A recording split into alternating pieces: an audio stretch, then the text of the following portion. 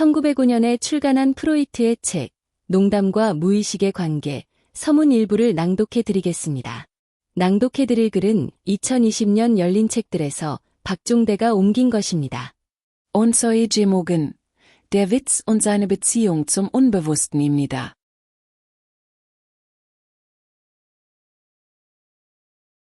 미학자와 심리학자들이 농담의 본질과 그와 연관된 여러 관계들을 어떻게 설명했는지 살펴본 사람이라면 아마 농담이 인간의 정신생활에서 차지하는 역할에 어울릴 만큼 그에 대한 철학적 논의가 충분히 이루어졌다고는 생각하지 않을 것이다. 사실 농담 문제를 면밀하게 연구한 사상가는 한 줌에 불과하다. 물론 그 중에는 시인, 장 파울을 위시해서 철학자 테오도어 피셔, 쿠노 피셔, 테오도어 립스 같은 빛나는 이름들도 있다. 그러나 이 저자들의 연구에서도 농담이라는 주제는 뒷전으로 밀리고 주된 관심은 좀 더 포괄적이고 매력적인 희극적 요소에 집중되어 있다. 이런 문헌들을 보면 우리는 농담을 희극적인 요소와 결부짓지 않고는 다루는 것이 불가능할 것 같다는 인상을 먼저 받는다. 테오도어 립스, 희극과 유머, 1898에 따르면 농담은 전적으로 주관적인 희극이다. 즉 우리가 만들어낸 희극이자 우리의 행위 자체에 달라붙어 있는 희극이자 우리가 객체로서도 자발적 객체로서도 아닌 철저히 우월적 주체로서 관계하는 희극이다. 이어 다음 설명이 뒤따른다. 농담이란 모름지기 의도적이고 교묘하게 희극을 만들어내는 것을 의미한다.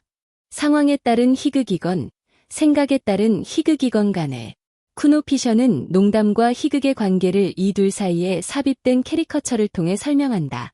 농담에 관하여 1889. 희극의 대상은 어떤 외적인 형태 속에 담긴 추함이다. 감추어진 추함은 희극적인 관찰을 통해 발견되어야 하고 극히 일부만 보이는 추함은 백일하에 드러내야 한다. 그렇게 해서 캐리커처가 생겨난다.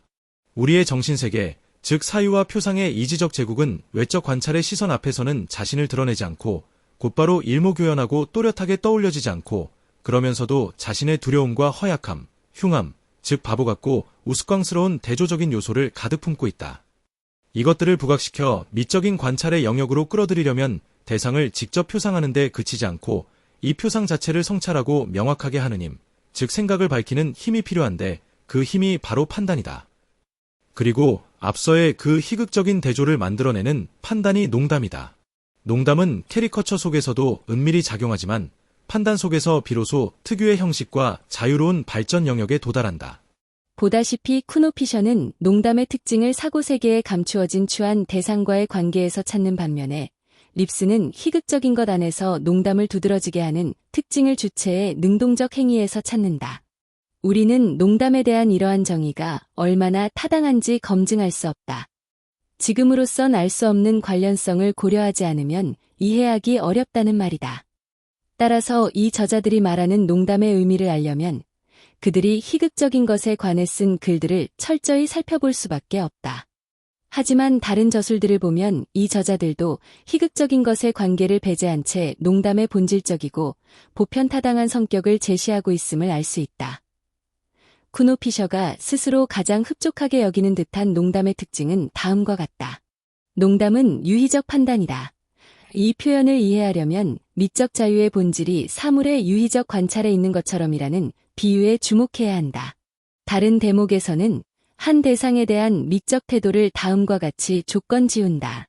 우리는 대상에 무언가를 요구하는 것이 아니라 특히 우리의 욕구를 충족할 생각을 하는 게 아니라 대상의 관찰을 즐기는데 만족해야 한다는 것이다. 미적 행위는 노동과 달리 유희적이다. 미적 자유에서 일상의 속박과 규범에서 벗어난 판단, 그러니까 내가 그 기원을 고려해서 유희적 판단이라고 부르는 것이 생겨날 수 있고 또 이 개념 속에 비록 온전한 공식은 아니지만 우리의 과제를 해결할 첫 번째 조건이 담겨 있을 수 있다. 즉 자유에서 농담이 나오고 농담에서 자유가 나온다. 농담은 생각의 단순한 유희다. 장 파울의 말이다. 예부터 농담은 유사하지 않은 것들 사이의 유사성, 다시 말해 그것들 사이에 숨겨진 유사성을 찾아내는 재주로 정의되어 왔다. 장 파울은 이러한 생각 자체를 농담처럼 이렇게 표현했다. 농담은 온갖 쌍을 결혼시키는 변장한 사제다. 테오도어 피셔는 거기다 이렇게 덧붙인다. 농담은 쌍방의 혈연들로서는 도저히 용납하지 못할 결혼을 맺어주는 걸 가장 좋아한다. 그런데 피셔는 전혀 비슷하지 않은, 즉 유사성이라고는 결코 찾아볼 수 없는 농담도 있다고 반박한다. 그래서 장파울과는 조금 다르게 농담을 내용이나 연관성면에서 완전히 다른 생각들을 놀랍도록 빠르게 하나로 연결시키는 재주로 정해내린다.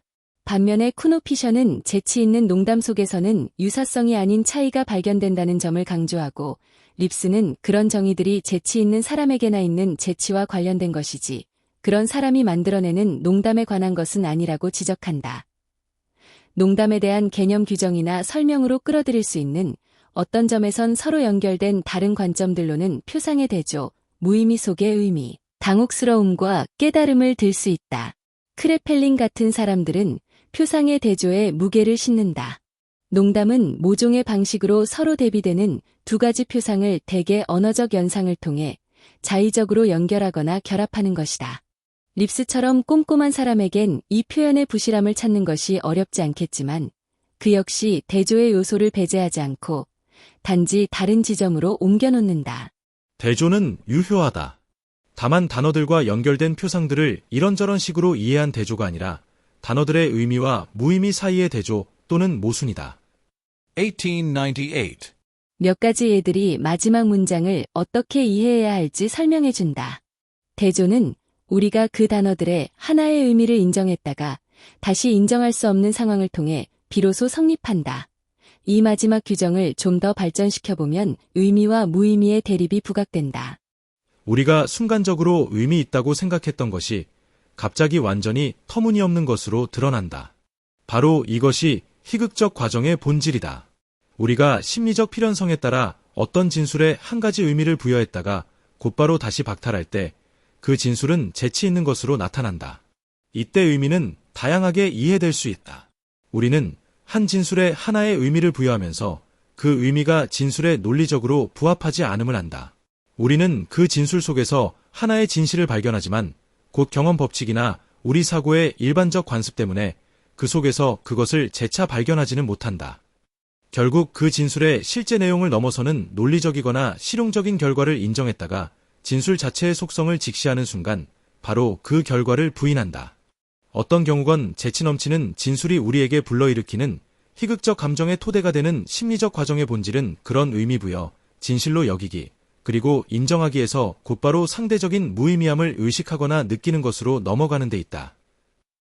이러한 논의가 아무리 호소력 있게 들린다 해도 여기서는 이런 질문을 던질 수밖에 없다.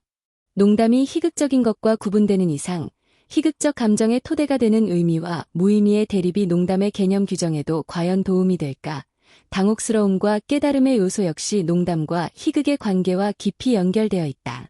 칸트는 희극적인 것 일반에 대해 우리를 순간적으로만 속일 수 있는 특이한 속성을 지니고 있다고 말한다. 하이만스는 농담의 효과가 어떻게 당혹스러움과 깨달음의 연속으로 나타나는지 설명한다. 그는 자신의 견해를 하이네의 한 탁월한 농담에 기대어 설명한다. 하이네의 작품에 등장하는 가난한 복권 판매상 히르슈 히아킨트는 훌륭한 로트실트 남작이 자신을 마치 남작과 같은 부류, 그러니까 가족 백만장자처럼 파미련하여 대해주었다고 뻐기는데 여기서 농담의 핵심을 이루는 가족 백만장자처럼이라는 단어는 처음엔 단순히 잘못된 조어로 또는 뭔가 이해할 수 없는 수수께끼 같은 것으로 보인다. 그로 인해 당혹스러움이 발생하고 이 당혹감의 해소, 즉 그 단어를 이해하는 순간 희극적인 상황이 생겨난다. 립스는 이에 대해 이렇게 보충한다.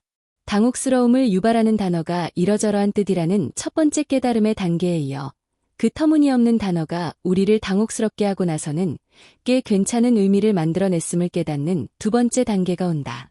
이 두 번째 깨달음, 즉 이 모든 것이 일반적인 언어 사용에서는 말도 안 되는 한 단어 때문에 일어난 일이라는 인식, 다시 말해 별것도 아닌 것으로의 이러한 해소가 웃음을 유발한다는 것이다. 이 두 견해 가운데 어느 쪽이 더 납득이 가든 우리는 당혹스러움과 깨달음에 대한 농구를 통해 한 특정한 인식에 좀 더 다가가게 된다. 그러니까 하이네가 사용한 가족백만장자라는 말의 희극적 효과가 겉으론 무의미해 보이는 그 단어의 해소에 근거한다면 농담의 핵심은 만들어진 단어의 성격에 달려 있다는 것이다. 마지막에 다룬 관점들과의 연관성 외에 모든 저자들이 농담의 본질적인 요소로 인정하는 또 다른 특성이 하나 있다. 간결함은 농담의 몸이자 영혼으로서 농담 그 자체다. 장 파울이 한 이 말은 셰익스피어의 햄릿, 2막 2장에서 늙은 수다쟁이 폴로니우스가 한 말을 살짝 변형한 것이다. 간결함은 농담의 영혼이고 장황함은 사족이자 거칠애이니 간단하게 아래겠나이다. 농담의 간결함은 립스에게도 중요하다. 농담은 말하고자 하는 바를 항상 짧은 말로, 그것도 지극히 짧은 말로 표현한다. 다시 말해 엄격한 논리학이나 일반적 사고방식과 어법에서는 도저히 충분하다고 볼 수 없는 짧은 말로 표현한다. 결국 말하지 않음으로써 말하는 것이 농담이다. 우리는 농담을 캐리커처와 비교하면서 다음의 사실을 알아냈다. 농담은 뭔가 숨겨진 것 또는 감추어진 것을 끄집어내야 한다. 쿠노 피셔 1889, 51면 내가 이 개념 규정을 다시 한번 강조하는 것은 이 규정도 농담이 단순히 우스갯소리의 일부가 아님을 잘 드러내고 있다고 생각하기 때문이다.